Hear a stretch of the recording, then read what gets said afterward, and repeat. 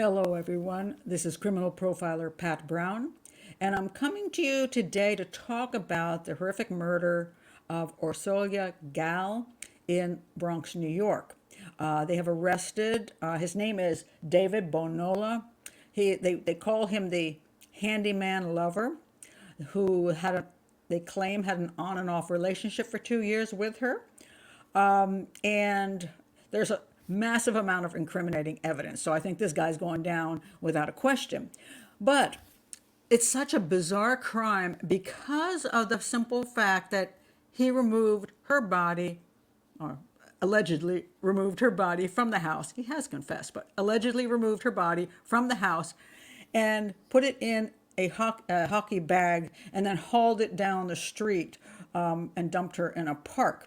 Now, let me go back to the beginning of the crime and talk about who was suspected, maybe originally, and then where they went after that. I want to talk about why people move bodies and how this guy is a complete idiot. Okay, so let me go ahead now. All right, so just to give you the basics. So here we have. Gail arrived back home at 12:20 a.m. on Saturday, and that one on the left points to her house on Juno Street. Okay, there she is. Now, if you look up in the right corner, it says around 4:30 a.m. there was a surveillance that captured a person rolling the duffel bag down 75th Avenue, and there he is moving along, getting caught on cameras. And then at the bottom, you'll see that in the morning, they found the duffel bag, the bloody duffel bag, there in a park. Okay, so this is, I don't know what happened between the time she arrived home. I don't know when this guy arrived at her home, when he actually killed her, and did it take him a long time to decide to move her body? Did he leave and come back? Or was he there much, much later? I don't know. But originally, what happened was the 13-year-old son, who was home at the time, which is kind of unusual that you would have your teenage son be home, and he heard nothing, did not know anything happened. And so the police, when they first look at this crime, say, well, okay, wait a minute. She came home. They found her body in the park. Here's the picture of where they found her body. There they are, that's in the bag there.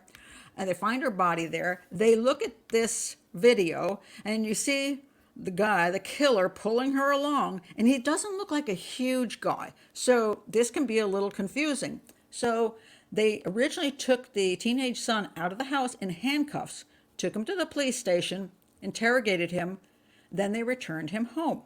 Now, I'm going to say one of the reasons they suspected him was because he was home at the time and supposedly heard nothing.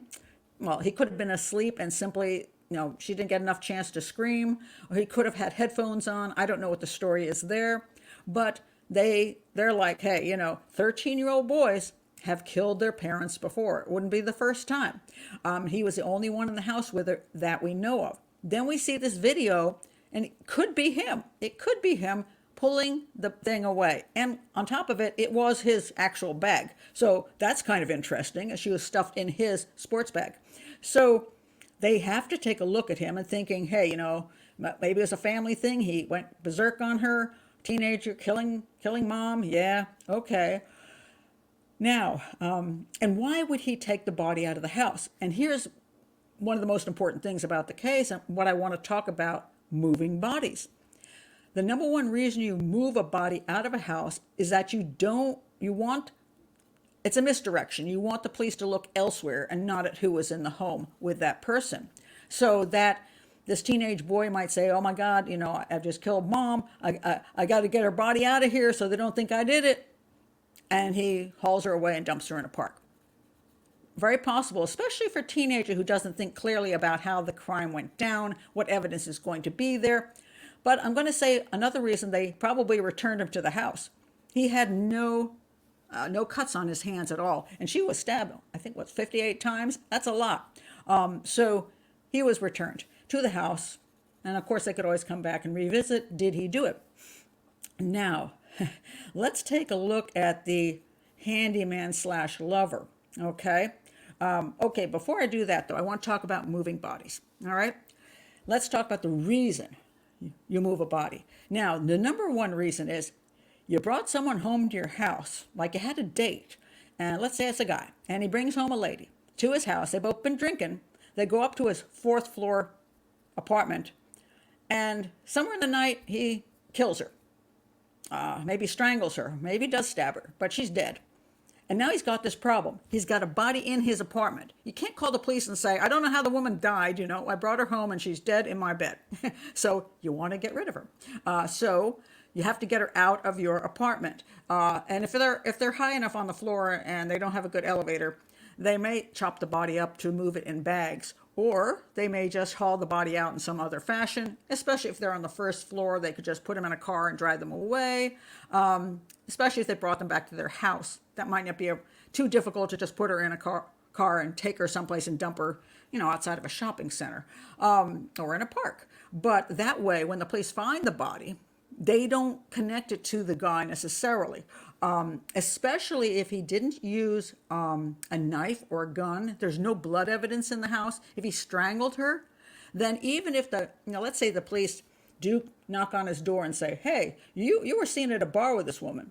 And he could say, well, we walked out of the bar together, but then we went our separate ways. And the police go to his house and maybe they don't find any evidence. And they find her in the park and they just don't know who did it. So that's one good reason to move the body from one place to another. Sometimes people don't, let's say they go to somebody's house, though, and commit this crime, like this one.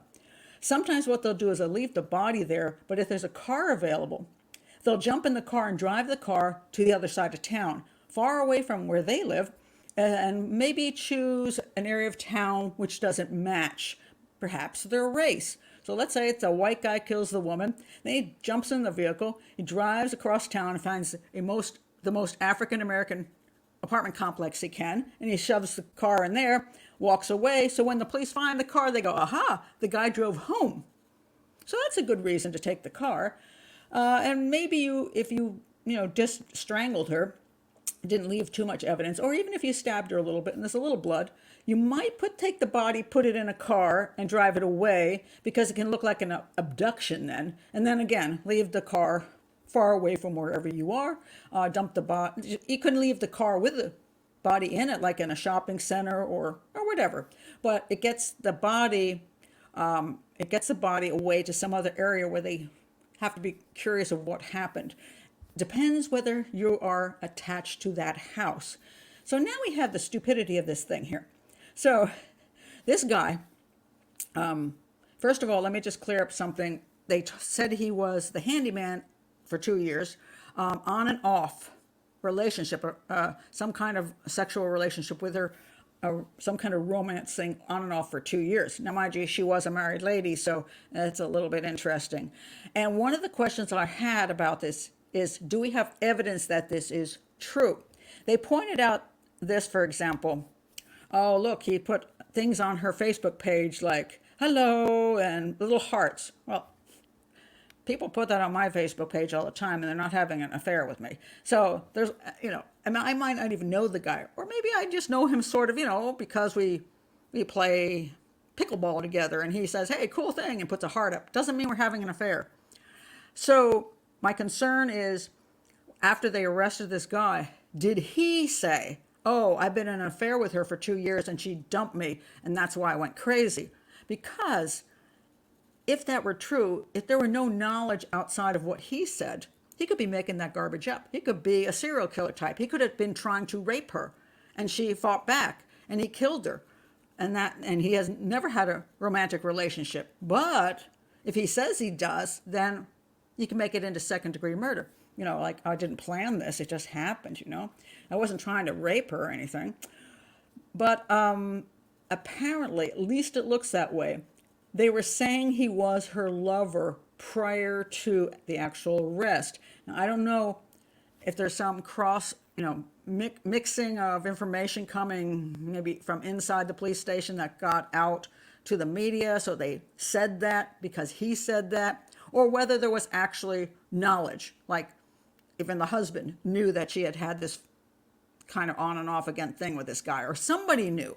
Because if it wasn't true, if it's only coming from him, it's a pretty terrible thing for people to believe that she was in a romantic relationship with this guy who killed her.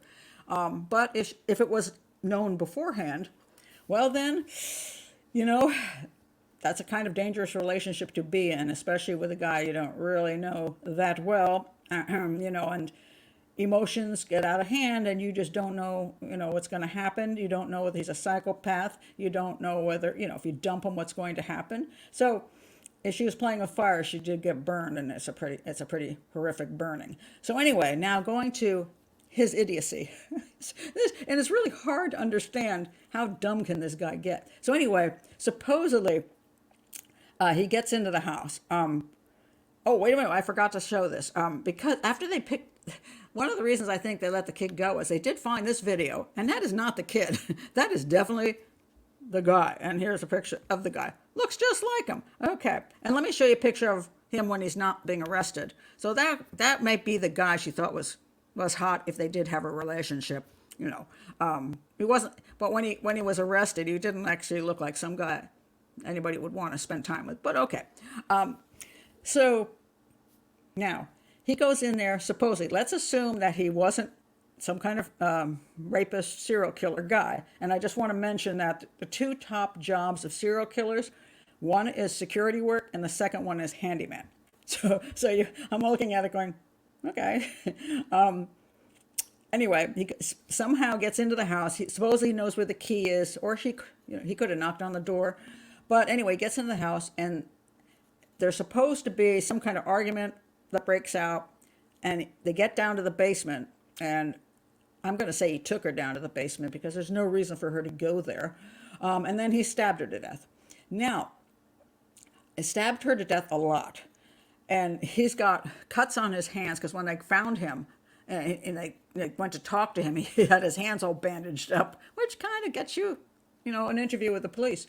And so he stabbed her up. He got cut up himself, and now she's dead on the floor. Now, his DNA, he could say, oh, I don't want to leave her body here because my DNA might be on her. Well, I'm going to say if you cut yourself up that much, your DNA is everywhere, on the floor, on the wall. You're a goner. But he decides he's going to remove her body because that's going to make it not look like him. You know, it'll look like a stranger, except that he moves the body in the son's sports bag. Is seen hauling her down the street on camera. And apparently where he dumps her body, he also leaves his jacket and the knife. I mean, the guy's an idiot. I mean, I don't know that at that point he was so confused and didn't know what to do, so he just did every stupid thing he could do. Because, you know, it really didn't help him out by doing that. He might have been better off if he just ran off and could hope that his DNA wasn't all over the place. He could hope that. And he'd probably be better off just leaving her there. But he just compounded his problems. And what I pointed out also about people moving bodies, sometimes if they are a neighbor, for example, I had a case like that where the woman was moved with her car to the other side of town. And the reason he did that was because he was the neighbor. And he didn't want someone to think that he went in and did something to her, you know, because he lived next door to her.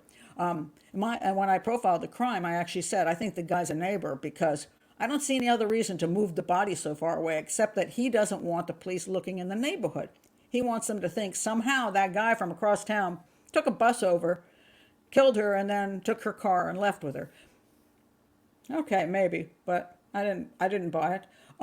So maybe this guy thought, okay, I'm in the area, so if I move her away, they won't look at me. But I'm just going to say, this guy's a terrible criminal. Apparently, he does not have a criminal record. That's what they said. I don't know. Why he would decide to commit this horrific crime. It usually means there's psychopathy involved. But I'm curious to see what more information we get out of it. But I'm glad they got him. I'm glad the son didn't do it. That would have been horrific. Still horrific. And the poor son, to think he was in the house with his mom the whole time and never knew what was happening to her. I feel really bad for him. and for him having to be taken into the police station. But I understand why they did that. I really do.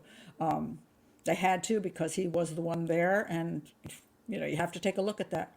But the only good thing that came out of this case was the guy's a complete idiot.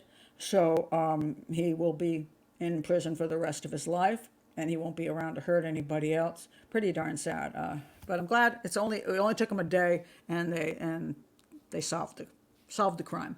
So congratulations to the police, but he kind of did give you all the clues, I mean, he kind of handed it to you on a silver platter, And when they interrogated him, he started saying, incriminating things, and they're like, it's clearly this guy.